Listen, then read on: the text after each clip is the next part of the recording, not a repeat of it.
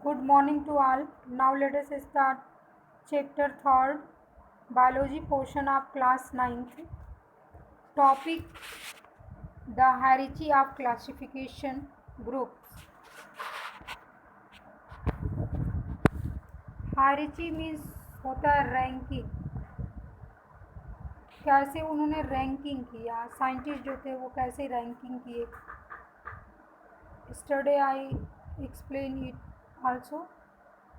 Biologists such as Haeckel, Robert Whittaker, Carl Wood have tried to classify all living organisms into broad categories called kingdom.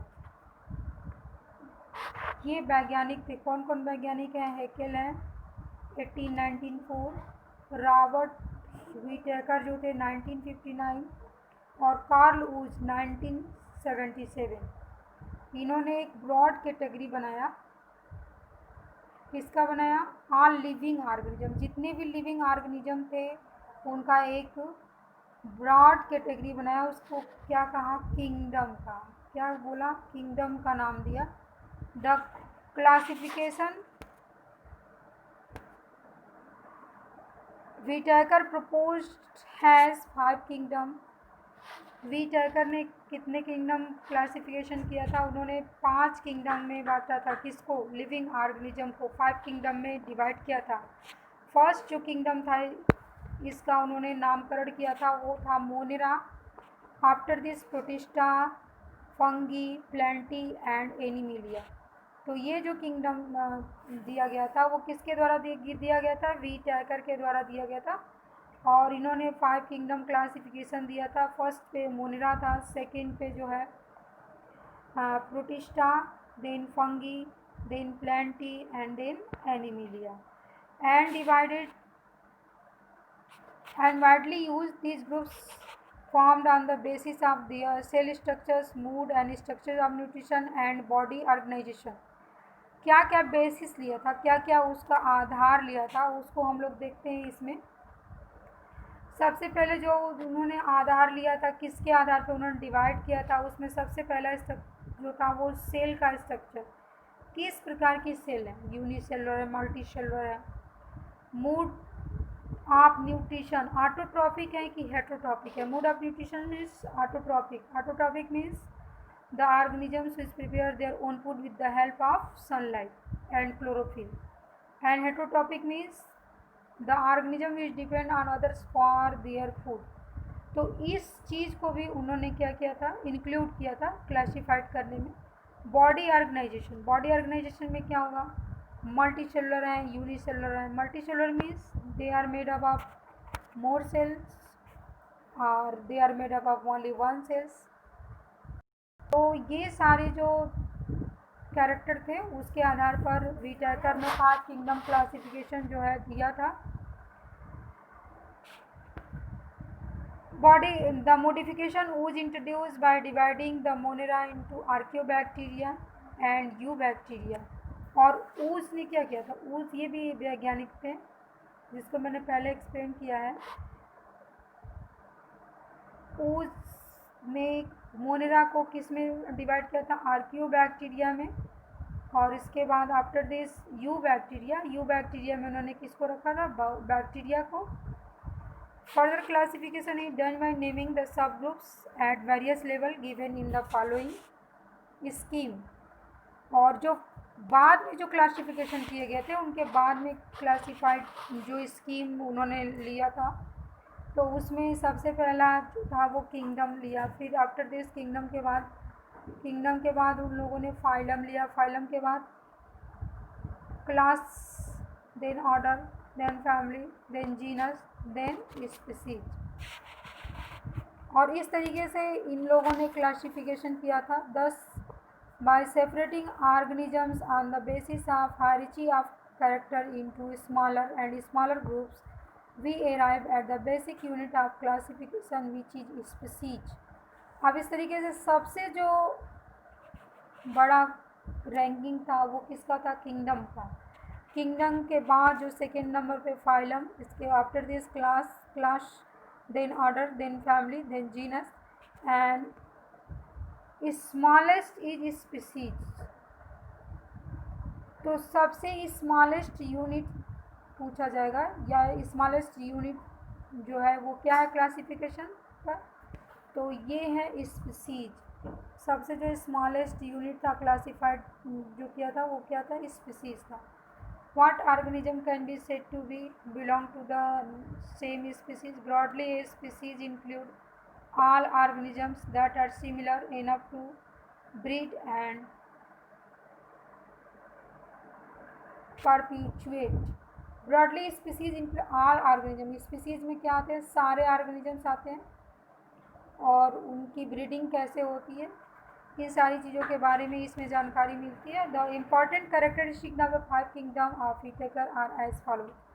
जो 5 kingdom classification दिया गया था किसके द्वारा, Whittaker के द्वारा, तो उसके जो है कैरेक्टरिस्टिक क्या थे उसके बारे में हम यहाँ पे नेक्स्ट टॉपिक में जो है डिस्कस करेंगे।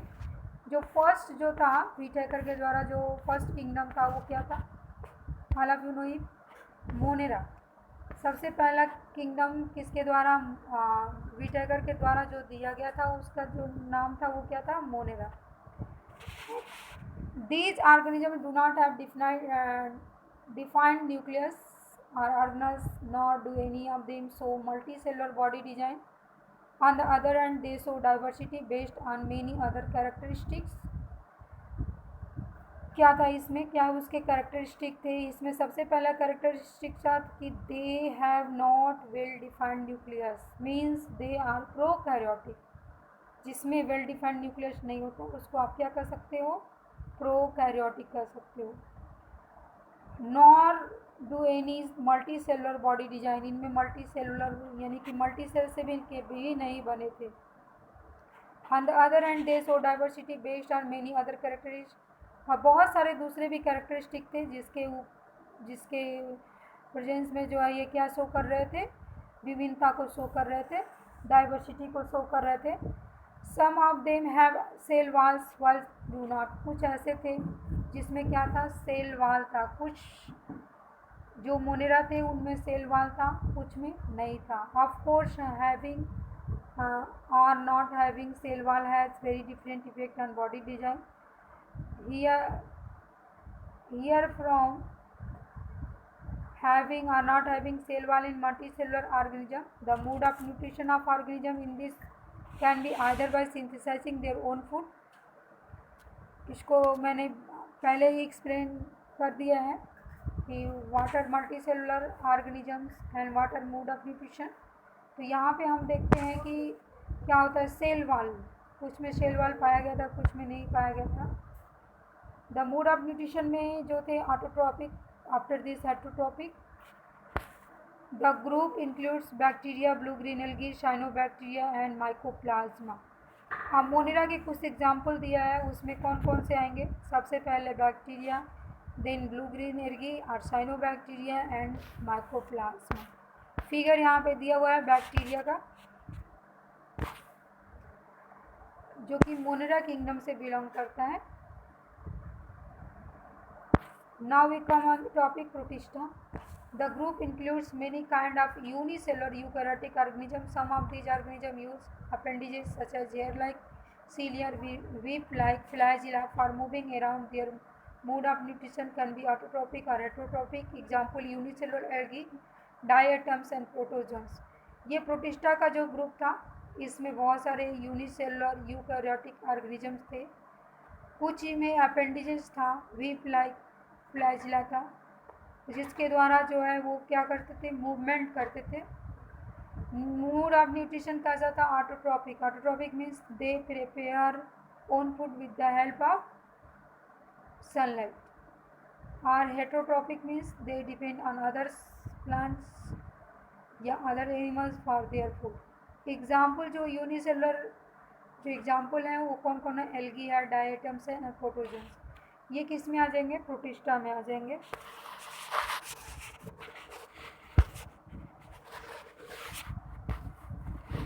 कुछ एग्जाम्पल प्रोटिस्टा के यहाँ पे फिगर दिए हुए हैं, इसको आप लोग ड्रॉ कर लीजिएगा at the time of preparing notes. तो सबसे पहला जो है प्रोटिस्टा है वो क्या है, पैरामीशियम। पैरामीशियम का हम स्ट्रक्चर देखते हैं यहाँ पे, वाटर वैक्यूल्स, देन आफ्टर सीलिया, और मैक्रोन्यूक्लियस, माइक्रोन्यूक्लियस। मैक्रोन्यूक्लियस मीन्स बड़ा न्यूक्लियस था और एक छोटा न्यूक्लियस था। ओरल ग्रुप्स थे, साइटोसोम था, फूड वैक्यूल, साइटोफाइस, और वेस्ट का रिमूवल जिससे करता है तो वेस्ट वो कहलाता है। पैरामीशियम का स्ट्रक्चर है। Then after we come in amoeba. इसमें जो अमीबा की जो बाहरी लेयर थी वो एक्टोडर्म थी, after this endoderm, then after mitochondria, nucleus, cristae, food vacuoles and contractile vacuum. All of you know what is the function of pseudopodia. Pseudopodia is help in the taking food in amoeba.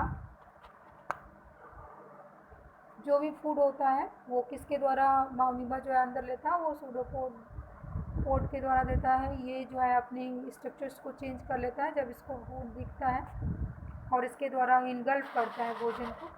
Now we come in the euglena. Euglena में flagella है और eye spot का structure है, flagella long होता है, nucleus, nucleolus, then chloroplast, contractile vacuole और photoreceptors, यानी कि कुछ ऐसे भी ऑर्गेनल्स थे जो कि लाइट को रिसीव करते थे तो उसको क्या कहा गया, फोटो रिसेप्टर्स बोला गया, which receive light. Now we come on the topic fungi. There are heterotrophic eukaryotic organism. Heterotrophic means they are depend on others for their food, and eukaryotic means the organisms which have well defined eukaryotic means the organisms which have well defined nucleus and have all cell organelles. They are decaying organic material as food and are therefore called saprophytes. और saprophytes क्या होते हैं, what is saprophytes? The saprophytes means they obtain their food with the decaying organic material. Decaying organism, सड़े गले पदार्थों से जो अपना भोजन प्राप्त करें उसको क्या बोलेंगे, सेप्रोफाइट्स बोलेंगे। सेप्रोफाइट्स वो ऑर्गेनिजम्स होते हैं जो कि सड़े गले से अपना जो है भोजन लेते हैं डिकेइंग से। डिकेइंग मीन्स सड़े गले ऑर्गेनिक जो होते हैं।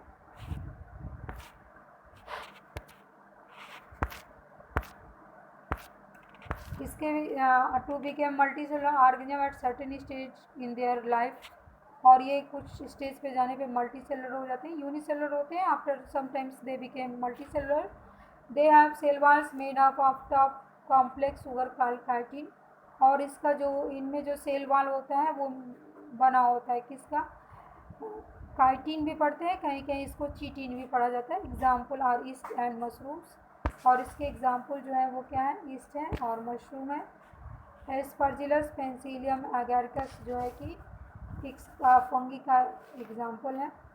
सम fungi species live in permanent mutual dependent relationship with blue green algae. कुछ भी ऐसे भी फंगी हैं जो कि म्यूचुअल रिलेशनशिप, साझेदारी वाला रिलेशनशिप शो करते हैं किसके साथ, एल्गी के साथ। और उनको जब वो ये करते हैं फंगल और एल्गल कंपोनेंट्स का जो भी होता है तो उस समय उसको साइनोबैक्टीरिया के नाम से जानते हैं।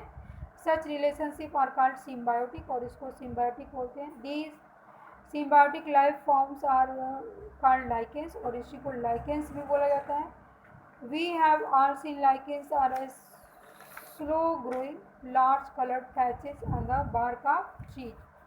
तो लाइकेंस जो है कि बार्क ऑफ पेड़ के छाल पे जो है ग्रो करते हैं। और आप ये भी जानते होंगे कि लाइकेन जो होती है सहभागिता होती है, यानी एक दूसरे के साथ रहता है कौन, एल्गी और फंगी, तो वो किसका फॉर्म ले लेता है, लाइकेन का फॉर्म ले लेता है। Now we come on the plantae. Plantae means plants. Plantae के अंतर्गत उन्होंने प्लांट्स को रखा था। They are multi cellular eukaryotic with cell walls. Multi cellular means they are made up of more than one cell. Eukaryotes means they have well defined nucleus and also cell organelles. They are autotrophic means they prepare own food with the help of sunlight, chlorophyll, carbon dioxide, or you can say photosynthesis. Thus all plants are included in this group. Since plants and animals are most visible forms of the diversity of the around us, we will look at the sub groups in the category later, और इस category की जो है कि category और सब groups के बारे में बाद में बताया जाएगा.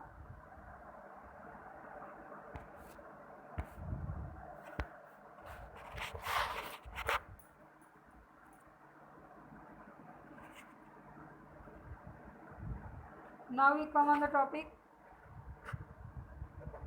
Animalia. Animalia means animals. Animalia kingdom में उन्होंने किसको इंक्लूड किया था? एनिमल्स को इंक्लूड किया था. These includes all organism which are multicellular eukaryotic without cell walls. All of you know that in animals there is no cell wall. So Animalia is also animals. So they all organisms which belong to the Animalia are not have cell wall.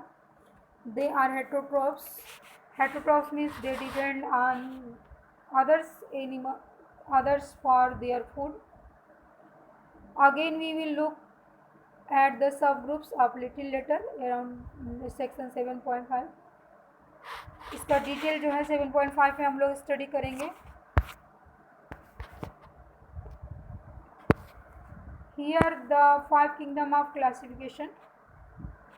Firstly, all of you know that organisms को classified किया गया था prokaryotics and eukaryotics. किसके द्वारा 5 kingdom classification जो दिया गया था? व्हिटेकर के द्वारा.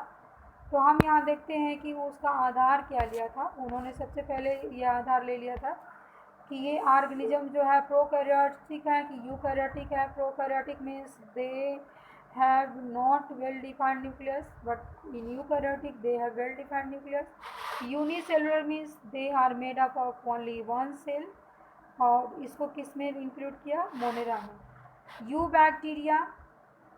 यूकैरियोटिक बैक्टीरिया यूनिसेलुलर जो थे तो उसको इंक्लूड किया प्रोटिस्टा में. देन आफ्टर जो मल्टी सेलुलर थे तो उसको विद द सेल वाल के साथ जो थे उसको जो है उन्होंने किस में रखा? फंगी और प्लांटी को. शेल वाल जिसमें पाया जाता है तो वो किस में पाया जाता है? फंगी में और प्लांटी में. देन मल्टी सेलुलर में विदाउट सेल वाल, उसमें कौन आ जाएगा? जितने भी मैमल्स हैं सारे आ जाएंगे और एनिमल्स भी आ जाएंगे. किस में? विदाउट सेल वाल में. दे have not cell wall. So next topic I explain in next video. Now let us start.